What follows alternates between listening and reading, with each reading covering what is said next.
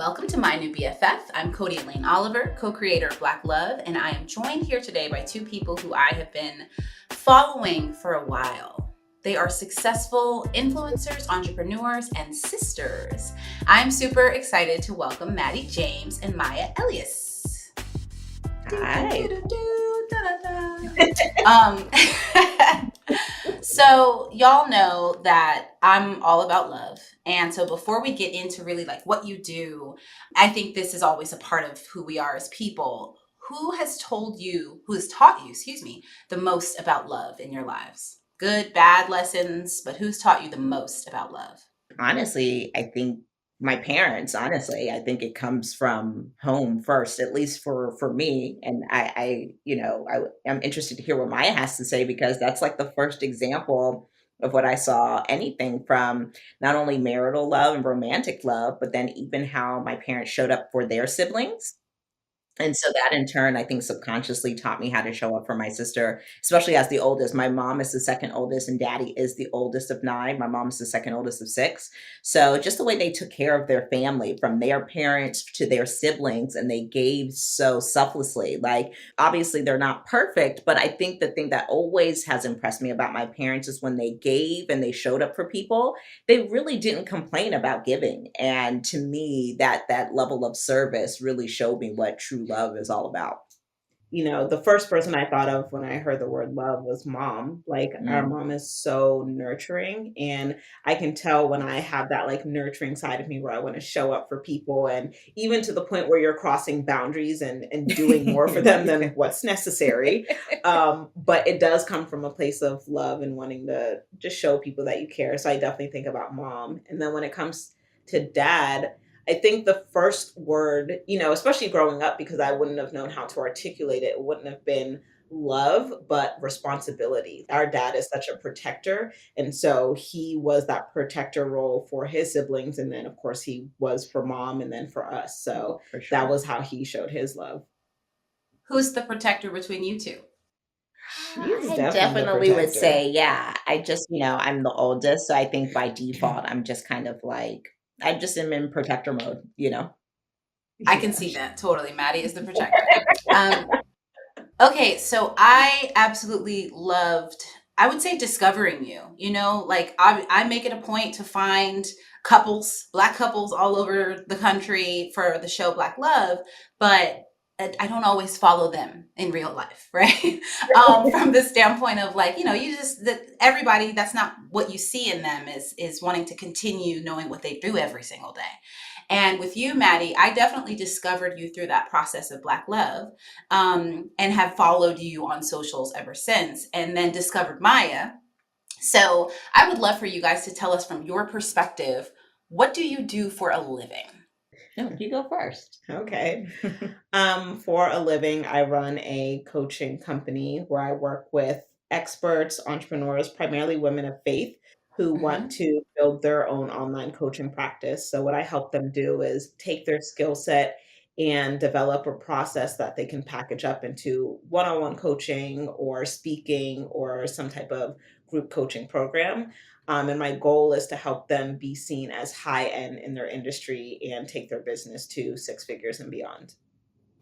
I totally want to know how that started, Maya, but we'll get there after Mattie tells us. All right, cool.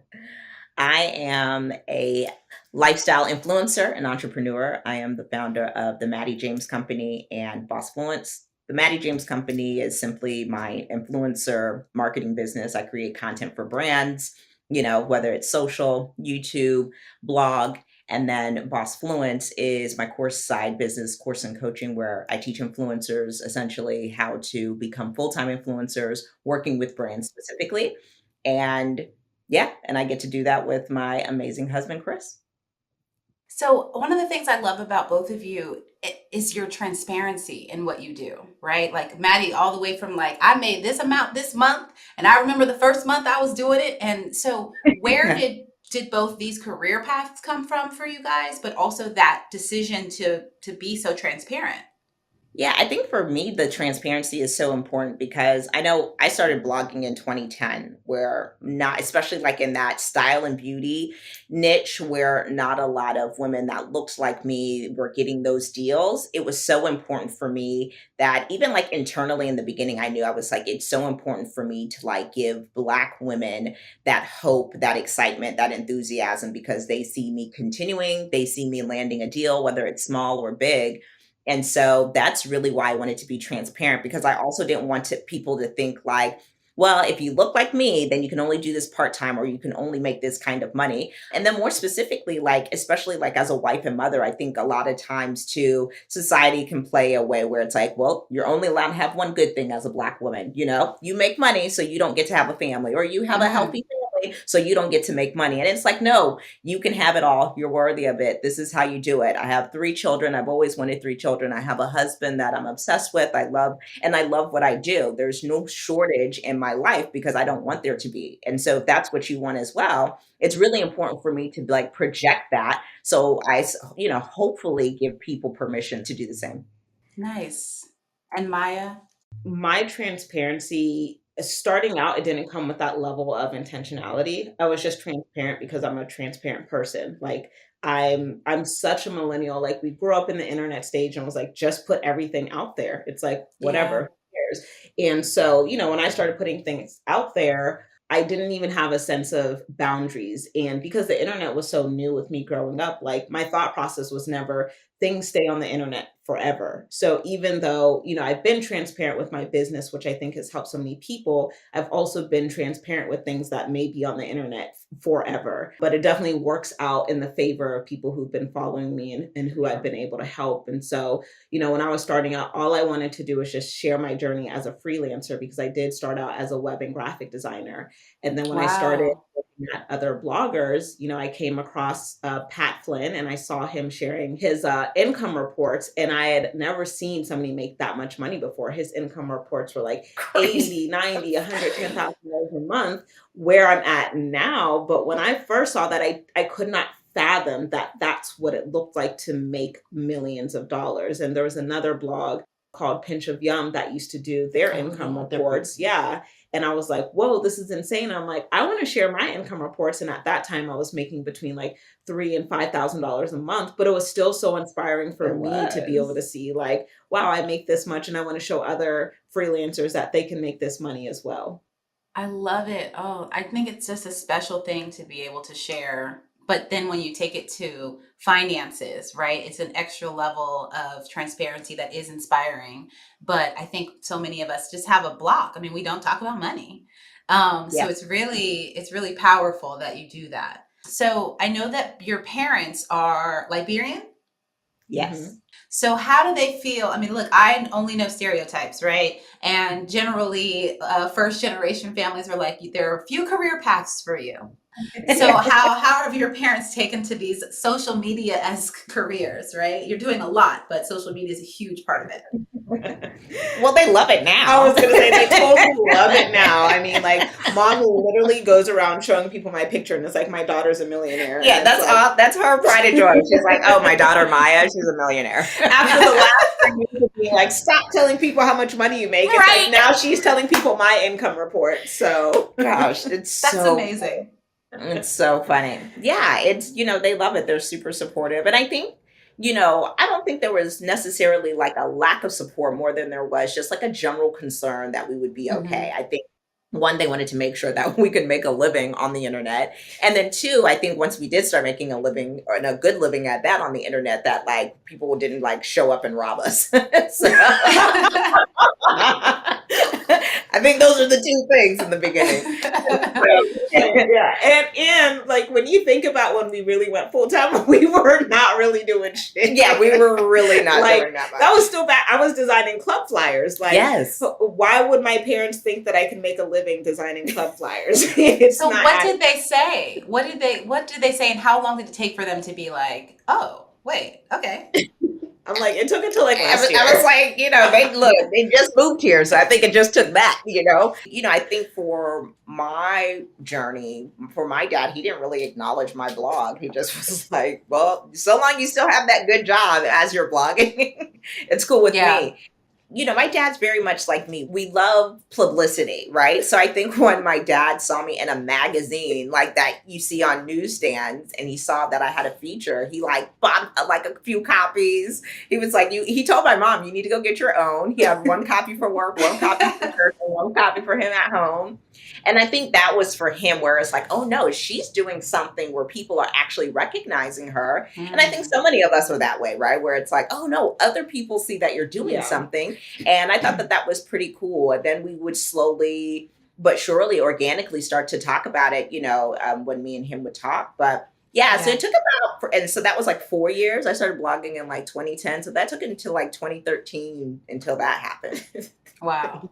And I think too, with, African parents, they like to have kids that they can brag about, right? Absolutely. Like we're their pride and joy. So it's like, please make us proud. So it's like, it took a while to actually give them something tangible to be proud of. Because it wasn't a degree. It wasn't a degree. Right. So it's like, well, girl, what are you doing that's going to replace this degree? Because nothing so far is really impressive here. These club flyers aren't in it. These outfit posts are cute until they're not. Like, I can't take that to my homeboy and be like, my daughter's wearing like, I can't really do that. Right. The blog views were not really, It wasn't that, the math wasn't that. Yeah. So, but now I think, to me, I laugh and I'm like, it's probably just a couple years ago where they really started to get it. But, now they're really there and they're excited for us. And I'm so grateful that they understand now, because the conversation is different. And to be fair, I think like they didn't understand, because I think we didn't understand for a little bit what the heck we were doing out here. Yes. Like, there really is no precedent, which is why I think we are both so transparent in our journeys, because it's, there's so many different ways to do it, but here's how I did it. And here's what has been the result for me. And I think getting more clear on who we are and what we want to do with our positions, I think has also built their confidence, because there's a level of clarity. Yeah. So that was my next question. When you started what you're doing, which it has evolved, right, for each of you, were you scared? Were you feeling like, I don't really know what I'm doing, but this is what I like? What was the motivation, and was there any fear and anxiety?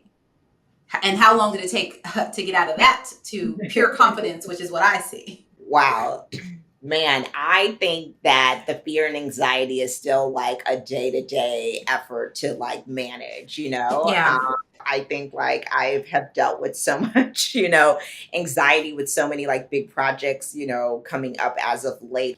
I think in your mind, we all have this, at least me anyway, let me speak for myself. I have this like idea of what I should look like when I arrive, right? And, I kind of had that thought the other day, and I was like, girl, you take care of 3 humans every day. You have a husband, you have a house, I think you've made it, even at least to an extent. Like, you have to give yourself some credit sometimes, because it's so easy to be like, let me keep my head down and work. And so just kind of allowing myself to accept that, I think, was kind of like, kind of scary. And then kind of being like, now there should be some new goals, because you have reached a lot of things that you wanted to do. And so it's just a day-to-day effort. And I think, between prayer, therapy, and your village, you you just push through and you do the best you can. But in the beginning, I was scared, but I think in the beginning, because I was in my 20s when I started this, I'm 36 now. Gosh, you have just like a level of fearlessness that you don't have, because so much you don't know. I didn't have kids yet. And you had no responsibility in that way. I had no kids. I started blogging in 2010. I didn't have Mesa until 2014. So I have 4 years of just blind faith out here doing the best I can, Chris pumping me up. And, of course, he's still incredibly supportive and stuff like that. But now it's just kind of like, well, I have to kind of think about, 4 other people before I can just take the leap on a project and different things like that. And now, even aside from personally, even professionally, I have a team. So it's like, girl, you need to make sure you can pay everybody bills that you pay us. So it's like, this decision cannot just be blind faith anymore. It still has to meet like the budget and the projections and all of these things. So it's just a different kind of scary. I think it was scary because it was like, will anybody take me seriously, or do they think I'm stupid? And now it's like, will I be able to maintain this? And I think the maintenance is really what punches you in the face with the fear and anxiety. Right. Because you wake up and you're like, I still got to do the work again. I've been working for 12 years. Like, what's Right? happening? It's like exercise. It's like, girl, I have to show up every day. This is getting really toxic for me. I just can't. Do you feel like that is like healthy from the standpoint of like forever we're just going to have a healthy level of fear and anxiety and that's just what it is? Or do you feel like there's a point at which you're just like, nothing can touch me?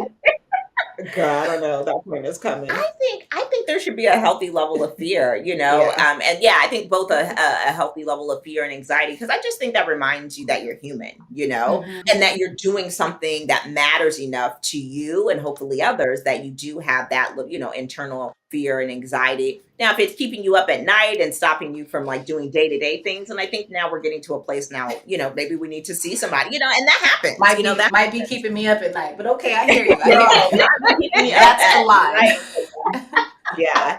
And I do think too, we have those seasons like right before a big project, or like let's say right Absolutely. before Impact Weekend, right before I hire more people, Yeah. where I'm like, that I just can't sleep because my mind is constantly moving, and I'm like, well, I can't wait until tomorrow to do it, but I'm way too tired to do it tonight. Right. So Right. there's a lot Yeah. of that. But I think even starting out, like, it was so fun starting out. Like, that's why I'm excited about like my new company, Rebellious, because I'm like, it's fun. I don't have to stress about all of the tiny details.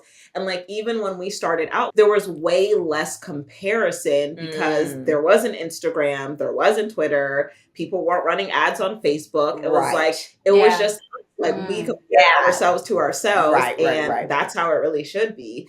But now it's like you're seeing everybody's highlight reel constantly. You're seeing Yeah. everybody else's numbers other than yourself. Yeah. And it's so funny with Mattie saying, I'm trying to figure out what does it look like when I arrive. And I'm like, I don't even know. There's not a specific look, because it's like, when we do get caught up in everybody's highlight reels, and I get caught up in my own highlight reel where I'll look at my stories and I'm like, my life is so good. But in reality, I'm like waking up next to my wig that I haven't brushed in 3 days. And I'm like, let me put this on and get to the gym. Like, I'm late.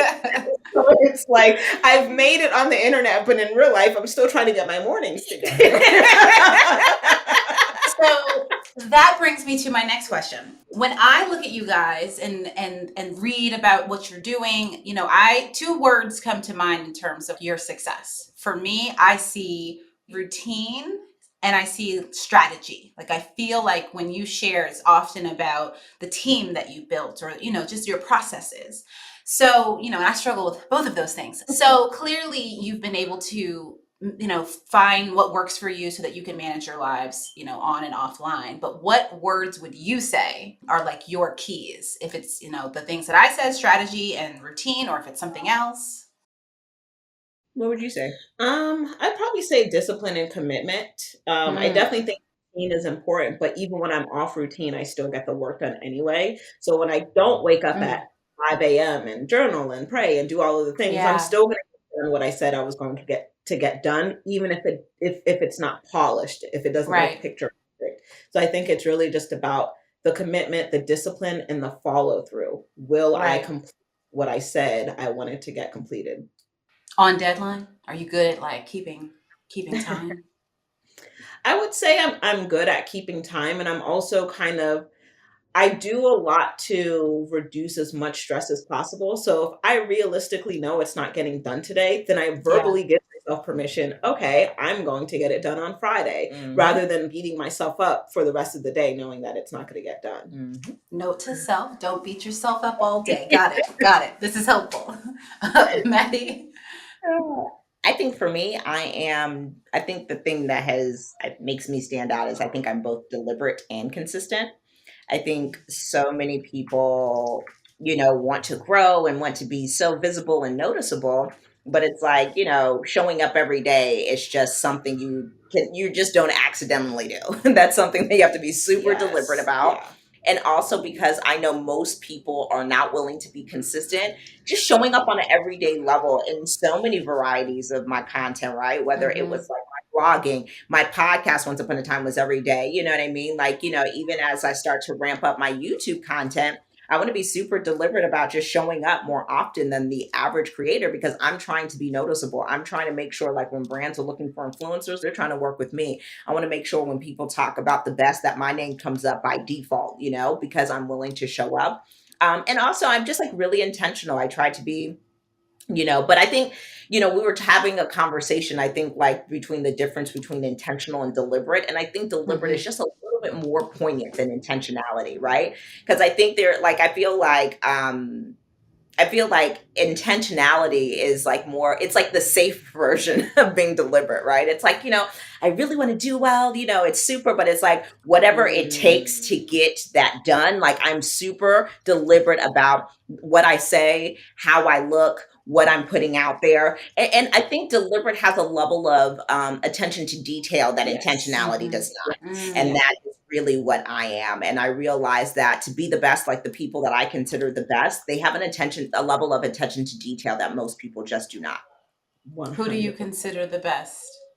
I think without question, I think Maya is easily one of the best. I just think also too, not aside from like, obviously we both don't have like the most followers, but I think there's a level of success that I feel like a lot of businesses, aspire to be. But I think there's a level of integrity that we Mhm. really are deliberate about how we move out here, behind the scenes. And I think that's different, where it's like, not only showing up for our team, showing up for our team's families, I think we really think about sowing seeds into people, because you cannot replace that. There's nothing on the internet better than an actual human spirit. And I think we're really, really deliberate on making sure that we are cultivating healthy, human spirits and spreading good news amongst them. I Yeah. appreciate that. I feel like when I think about the best, it's like it's hard not to think of Kobe immediately, Oh right? Mhm. my It's gosh, like, and I girl. love what you said about, intentionality and being deliberate. I Yep. feel like being intentional is about showing up on practice, Mm, showing up to practice on time, and girl. being deliberate is staying later so you can practice even more and become the best. Mm. And I feel like Wow. that is really the difference. And when I think about Mattie, like she's so intentional, she's very deliberate, and Mattie is all about making better. Like you will have something that is already excellent. She's like, well, let's just take this a step further. It's like, girl, well, we could have just left it how it is. It's totally fine. She's like, no, and every single day you talk to Maddie, she has some new thing that she's excited about. It's like, girl, that skincare routine I told you last week, that 5-step one, girl, there's a 9-step one. And glowing this summer, sis. And it's like, girl, it's like the extra 4 steps is just going to take you 25 more minutes. It's like, just wake up. Just wake up and do these 4 extra steps. You've been wanting to wake up early anyway, so wake up and get better skin. Right. And it's like, honey, I'm just trying to get 5 steps in like 3 days out of the week. I'm not even willing to show up every day for my skin, just 3 days out of the week. For real. For real. And also, I don't know where to get that 25 minutes. I don't know where to get it. But I have a question for you guys because, we see success. We see, and you guys, again, are very transparent about the journey. But as a person who struggles with all of these things, right? Like legit, the children are usually on the other side of this wall where I'm sitting every day. There's just a lot to manage, and I'm losing it at times. I'm losing it. So I would love to hear, like, what do you all struggle with, right? What are your biggest challenges? Even if it's as simple as like, I have a hard time getting up on time. Honestly, Mattie, you posted the other day, I think you woke up late Mhm. and you didn't like put your retainer in the night before and like didn't do something, like you listed like all the things you didn't do and then like gave yourself grace and you're like, I'm gonna just get it right tomorrow. And I was like, Yeah. all the things she just said that she'd be doing at night and in the morning, I don't do none of that and still struggle to just like wake up and survive. So what are the things that you guys struggle with and maybe that you're working on? I want to be more present. I want to be a better listener. I think listening has always been one of my biggest opportunities. And it really is just because, and funny enough, on the way here, I was like praying and I was like, honestly, a lot of the things I don't do well or have an opportunity to do better is just like being more present, because I think so many times we think about who we were in the past and who we want to be in the future. And it's like, Mm-hmm. appreciate who you are now in the Mm. present. Like you're doing well, and honestly, we all are. We always think about like, man, I could be doing better. And so I think that's one of my opportunities, just really kind of allowing myself to listen, to be present, to take, even, and I'll say this, it's necessary, but gosh, taking, taking feedback or even constructive criticism can be, really, I would tense Yeah. up, kind of Mm. wince, but to me, I feel like, I forget the quote I just shared with like some of my clients, but it's really like, constructive criticism, even like the sharp criticism, is better than no feedback. It's better than avoiding feedback because it's so important to understand and be aware of how you can grow, and that's really what it's about, right? It's about, not taking compliments to the head and criticism to heart. You got to keep pushing forward. You cannot take these things personally. It's like, take what you need from it and then keep pushing, this is not a reflection of like, how good of a person you are, or even your character. It's just an opportunity to elevate your performance. I love that. I Hillary do Clinton too. says, don't take criticism. No, she says, take criticism Girl, seriously, but don't take it personally. That's it. Yeah. That's it. It's so interesting that you say that, because that helps me, because I actually think what I could work on better is giving constructive feedback to people, because I'm so short and concise that I just be like, that's not it, and just move forward to somebody else who can get it done. So you don't give the feedback. You just say like, this ain't working, and you move on. Right. I'll move on to somebody better, or I'll just do it myself. And maybe in my head, I'm like, okay, next week I'll just do a whole training on how you can be better, instead of just being able to provide feedback in the moment, because it's a learning moment for that person. And I'm just like, I'm not here to be your coach. If you want to learn from me, join my coaching program. So I definitely having those conversations. That's a skill too, though. I mean, there's a double-edged sword to it, but like knowing when to move on, because I might be nurturing somebody, much longer than I should be, because I'm like, they'll get it, it's okay, but I'm having to learn that. Well, I think, and it's interesting because we all look at each other and say, oh my gosh, that's actually a pretty great skill to have, I think The Dip by Seth Godin was really one of the first things I read that taught me, like, some things are just meant to be quit, like you're supposed to quit some things and you're not supposed to try to like, push on, and I think it's the perspective. And I think you get the best perspective when you are present and understanding like, what's the long game here? I think understanding what the long game of something and how something plays into your long game really does help you understand, like, you know what? I can keep pushing through with this, or it's like, this really, there's no space for this. Like, I need to trim the fat. And so, I think it's hard because you have to be really present, really mindful to understand which way to go. Yeah.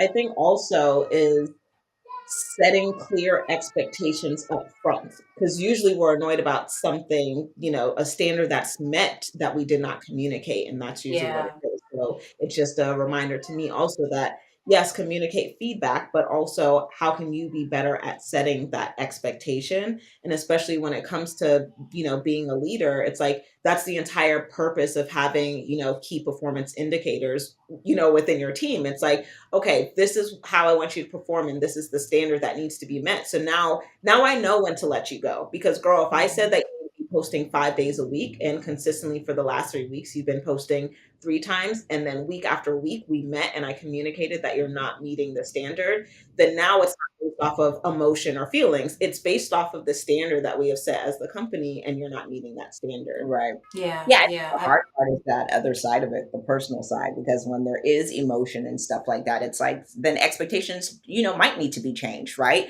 I don't have the luxury of being like, or at least that's not how we approach our marriage. Like, I can't look at Chris and be like, well, you didn't meet these KPIs, bro. So, it's been almost 12 years, but let's go ahead and and get these papers drawn up. Yeah, so I think and same thing with your children, right? Like, like my children who are currently screaming in the background. Yes. right. Are there cats in my backyard? Or I definitely was like, is that my children or is that their children? 3 under 3. 3 under 3. You got the party over there. 3 under 3 for sure is a party, And so it's the same thing. Like when your children do something, and it's really learning just how to evolve and how to grow and how to get better. And I think that's a constant journey. I definitely think having children has made me both more patient and impatient at the same time. Oof, that part. Maya, go ahead and open your drink. I know you were trying to. If her kids are screaming, I feel like I can open my drink. I don't know. Totally. It's a party. So when did you all realize that you deserve or need a team? Or even, what was that first, like, oh, I need an assistant. What was that first person? Because presumably you were doing all of this on your own for a while. Mattie I'm has always stayed Funny with smiles. I was like, I don't. We Always. talked about that the other day. Yeah. Mattie stayed with a team, but no leadership skills. No leadership skills, no standard, no company values. No, I'm like, I don't even know what you guys are doing here. I just need you here until I figure it out, you know? But Mattie is such a great influencer that so many people Yeah. want to follow her. So if Mattie Yeah. says, you need to do this and be on my team, guess what? Somebody is signing up for that role. Oh my gosh, I love it. Early in the days, I was a better influencer than I was a leader, and I luckily the scale has shifted. You know, I definitely take my leadership more seriously. I definitely think though the shift in even how I had people around and led them shifted honestly when I, you know, went full time. I was, you know, fired from my job, and my assistant was running my social media at the time, and I was like, hey, you know, do you want to do this as well? Then we can up your I'm like Wait, increasing. let's just clarify. Let's just clarify. You had a job, and your assistant within that company was also running your social, and you were Mhm. like, "I got fired. Why don't you come with me?" Tom Yes. Cruising it. Yeah. You were Tom Cruising it. Okay, I was got it. like, hey, like, listen, I was like, we already work together. So, you know, how about I just go Yeah. ahead and let's double what I'm giving you now. And now you can do this as well. And it was a blessing that you know, it ended up working out for us. And, you know, she's been with me the longest. She, you know, handles all of like my brand partnership correspondence now. And so that is a blessing that I've had that kind of, you know, loyalty, and we've been able to grow together, because I understand that that's not necessarily everyone's story, and that also we Yeah. both have gotten better. I think that's the thing that is super important to me too, right? It's not like, you know, this person is just hanging on because of the money, or I'm just hanging on to this person because I don't want to, you know, I'm being cheap and I don't want to pay people more or anything like that. So I think that's the thing that's really blessed me. But I think for me, I realized like I had to get to a point where I understood like creating content and influencing is what I do at a 9-10 level. So I need to be Yes. focused on the things that I do at a Yes. 9-10, and anything Yeah. else can be delegated. And if I can't Yeah. afford delegation, then I need to automate it with some kind of software. But really it's a mixture of both. And as Yeah. I get better and grow, and as I financially have the bandwidth, then I can hire more team members. Yeah, that's a hard lesson for me because there were so many things I was doing on my own at the beginning of this Black love journey that, like, even hiring people and bringing people on to do those things, I'm still like, that's not how I do it. Like, let me just do it, Well, and also the goal is hiring people who are better than you Yes, know? I agree. And Yeah. that's also hard too, because you want to stay the big fish in the pond, you know? Yeah. And you can't evolve that way. You can't evolve that way. Like, I am trash in comparison to my assistant when it comes to corresponding and being professional with brands, you know, like, you know, she's just really good at that. And I think her corporate background obviously speaks to that. Yeah. But you just gotta hire people who are better than you. That's it. Yep. And if you don't hire people that are better than you better have a step-by-step checklist on your Yeah. expectations of what they That should be part. doing.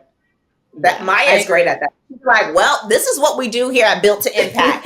We don't do this, and this is what we do. And it's like, and she'll walk you through it. But then after you walk through and you said that you got it, she's going to be like, so I don't understand why this hasn't been done. That's great, though. That's how it should be. We have to Yep. your point earlier, that's about stating clear expectations so that when people don't do that, they know what they did or didn't do. Exactly. Right. Yeah. I'm learning a lot about hiring people at entry level and hiring people that are experienced. And it's so interesting because, you know, I'm new to hiring employees. And, Mhm. you know, when you're like a freelancer or whatever, and you're used to hiring contractors, like, you know, they're like, oh, hire experts instead of amateurs. But it's definitely the same in the workplace. Like, you want to hire people with years of experience if you have, you know, the finances to do so, because I'm like, it makes a difference. When I hire people that are experienced, the people that I put on salary tell me what to do. The people that I pay hourly, I tell them what to do. That's it. Yeah. Yeah. Mm. Oh, Sorry, what sorry, episode? sorry. No, I remember that quote specifically from a Pat Flynn podcast. Oh. He had his assistant on the podcast, and he was like, she's so experienced. She tells me what I need to be doing for us to hit our goals. And I was always so impressed by that. I was like, those are the kind of people I want on my team. I'm like, that's the kind of team I want to build. people are like, well, no, Mattie, you said this is really what we're trying to focus on. So we need to be hitting this, this, and this. And I noticed that this ended up blocking up like that, again, that level of attention to detail and commitment. So not only attention to detail, but commitment to what is the goal? What are we here to do? That's the whole team too. And not just the leader. All right, we're gonna pause it right there because there is something that I absolutely have to talk about. Our friends over at Shea Moisture Men are doing something really cool to highlight Black fathers that has me feeling some type of way, y'all. Look, you don't have to take my word for it. Listen to this. Shea Moisture Men is committed to celebrating dads daily. As a part of lifting their voices, we created a father's lullaby called Light Inside of You. This lullaby is for us, by us. It is our way of creating our own generational tradition to be passed down father to father. We want to share the voice of love, tenderness, and joy, and hope that Black dads already share with their babies and with the entire world. Let's normalize and celebrate Black love in the form of a father's lullaby, our story, our song. The world needs to see and hear the love of Black fathers. Go to sheamoisture.com/men or Shea Moisture Men on IG and listen to a father's lullaby and then challenge a Black dad to share his story, his song, by singing the lullaby to his babies and posting it by using the hashtag A Father's Lullaby. Did y'all get that? Shea Moisture Men over here being all about Black love. All right, Black dads, I need you to go over to Shea Moisture Men on IG. That's Shea Moisture, SHEA, moisture like y'all know. Shea Moisture Men on IG and share your lullabies. And for all the mamas listening, get the fathers in your life in on this beautiful expression of Black love. So one thing that I love to do here on My New BFF is, really get to know you beyond the persona, which is what we've been doing. But I have a few just seemingly random questions that I want to hear from you guys on. So what does joy look like to each of you?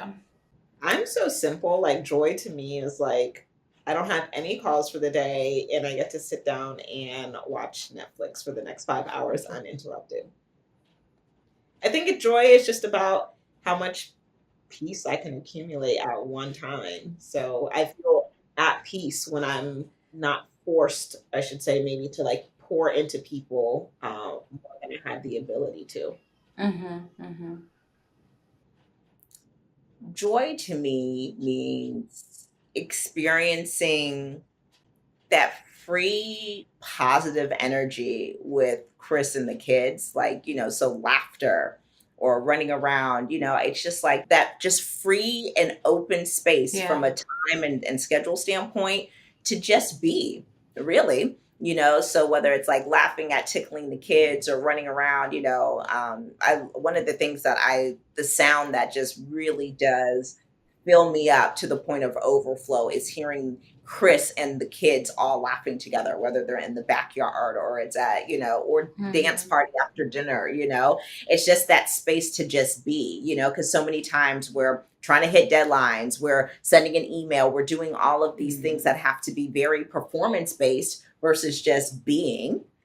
And that's just be with a group of people who I get to call mine is just such a treat that's unmatched. There's nothing that compares. Yeah, I like that. That's good. What can you do today that you weren't capable of 5 years ago? I know, for sure, you guys, I'm sure it's like so many things. Girl, push a human out of my body. Fair. And to be fair, like I've had all of the childbirth experiences. I've had a C-section, I've had natural birth, and I've been, on some kind of anesthesia. So I've had every single version, and now I just got to adopt a kid and I am in there, and gotta keep it diverse, Got to keep it diverse, So I think too, I'm able to end a relationship. I think both personally and professionally in an amicable way. I think I used to believe that ending something had to be this negative or bad thing for me personally. Yeah. But I now know how to end something in an amicable way. Like, hey, this is no longer serving either one of us. And, I think it would be best if we wrap it up like this, or even having that conversation. So I'm able to end something without taking it personally and Yeah, making it a negative experience. that's huge. What about you, Maya? Something that I'm able to do now, wake up in a house that I own. That's definitely something Hey. that I do now. Yeah. Wake up in a house that I own and just, walk around my house and enjoy it, pay a salary and still have money left over, like just save a lot more money than I would have been able to do 5 years ago. There's access to so much more to be able to do more Hmm. than we are now. So I'm grateful Hmm. for everything that I can do now that I couldn't do 5 years ago. For sure. For sure. You mentioned earlier kind of being able to focus on like what's the end goal and everything should serve, your long-term goal. So what do you want your legacy to be with all that you're building and working on now? Ooh, that is a good one. You know, I was thinking about this the other day because I just got done reading a book called Better Decisions, Fewer Regrets. And there's 5 questions he mentions in the book that, you should ask yourself before making, decisions, especially big ones. And one of the questions was, what's the story that you want people to tell about you when people Yeah. talk about you? So, and I think this just resonates both when you're alive and when you're dead. And, for me, I want people to tell the story of how I really enjoyed being me, So I really enjoy being Chris's wife. I really do enjoy being Mesa, Callie, and Christian's mom. I really do enjoy that. And that I showed up with it with a level of just enjoyment. Mhm. I think it's so, we joke around all the time, as parents in general, but especially moms, motherhood is so self deprecating because it's exhausting and Hmm. different things like that. And it absolutely is exhausting, but that did not mean that I did not enjoy that. And so it's Yeah. important to Yeah. me that the kids who I'm parenting remember that also when they become parents, that my husband does not have to doubt that being his wife was one of the greatest honors of my life, right? Like I want there to be a level of joy, honor, and peace to be discussed when they talk about my story personally.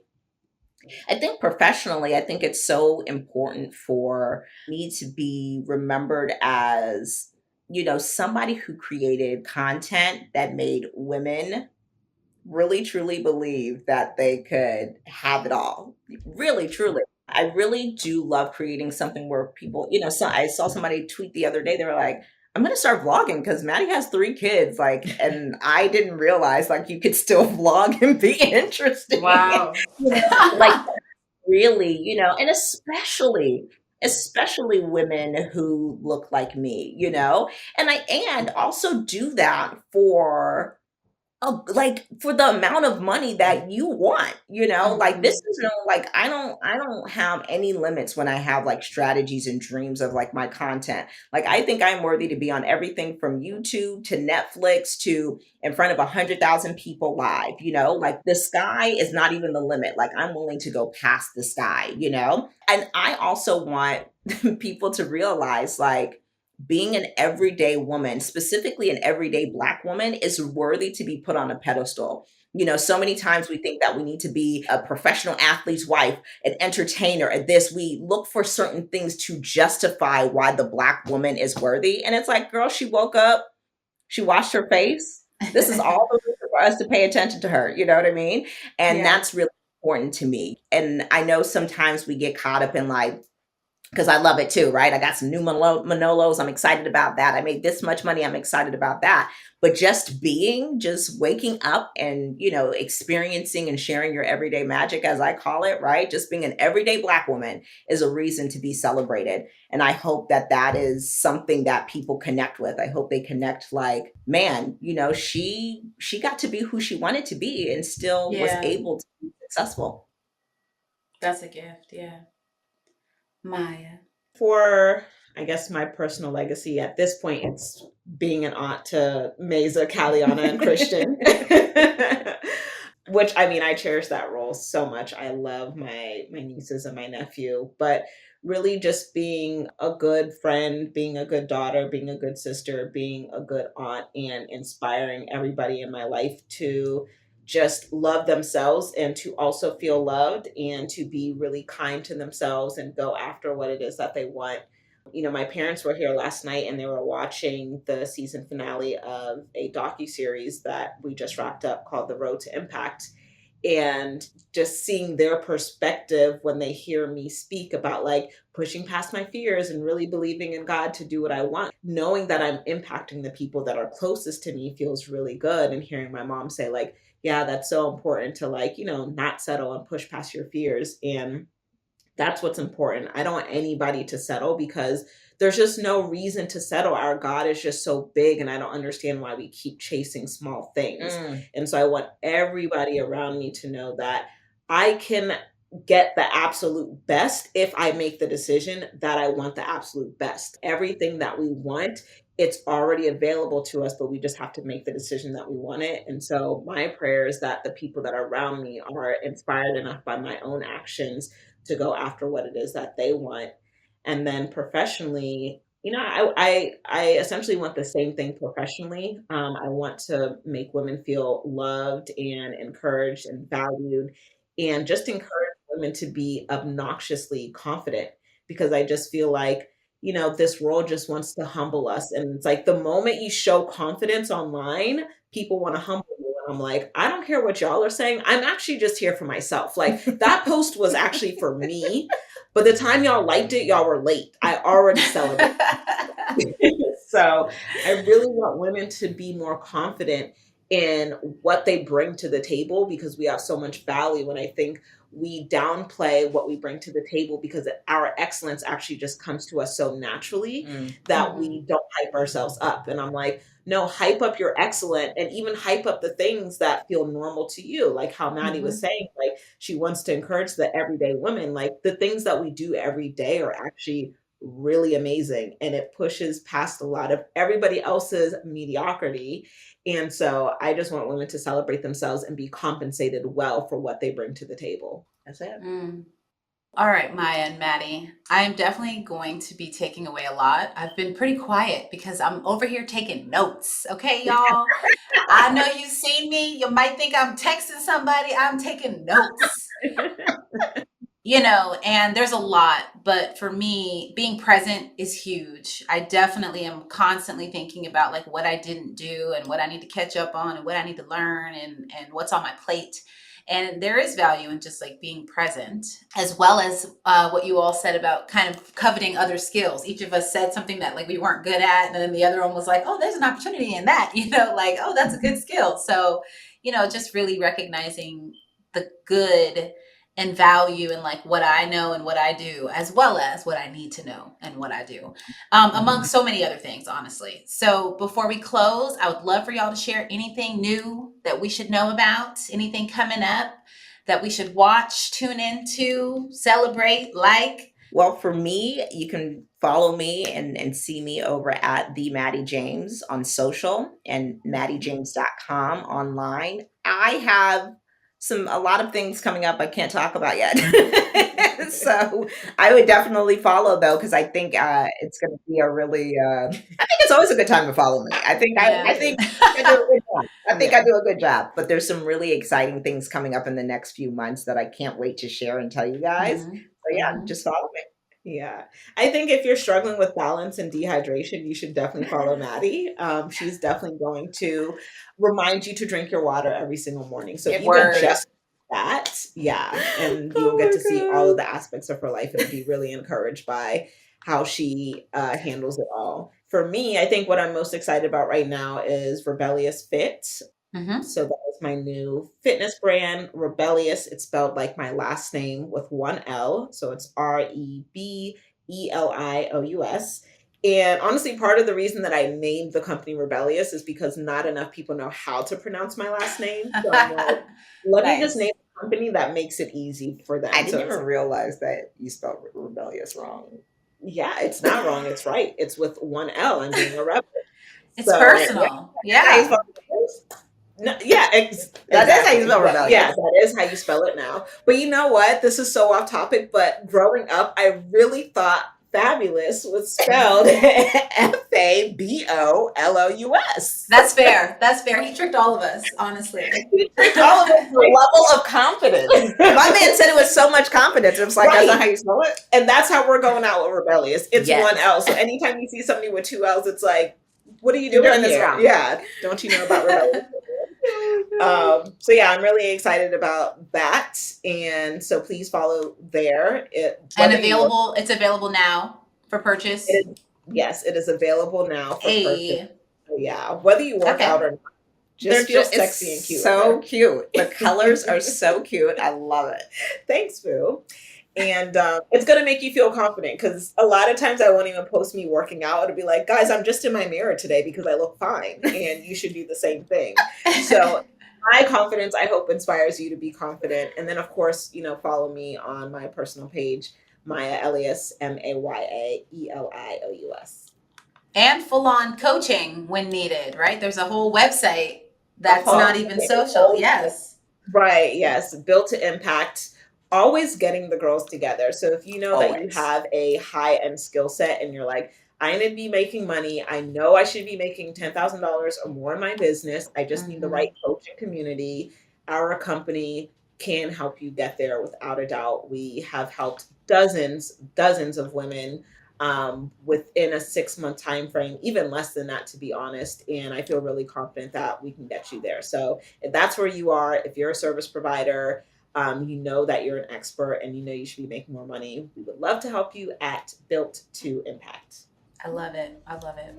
Thank you, girls. I can't wait to check everything out. I want to thank you for joining me today. I hope it's not too forward to say. I think you might be my new BFFs. All right, gang. If you want to see who will be next on My New BFF, let us know in a review. Don't forget to follow the podcast, and I'll see you back here in 2 weeks.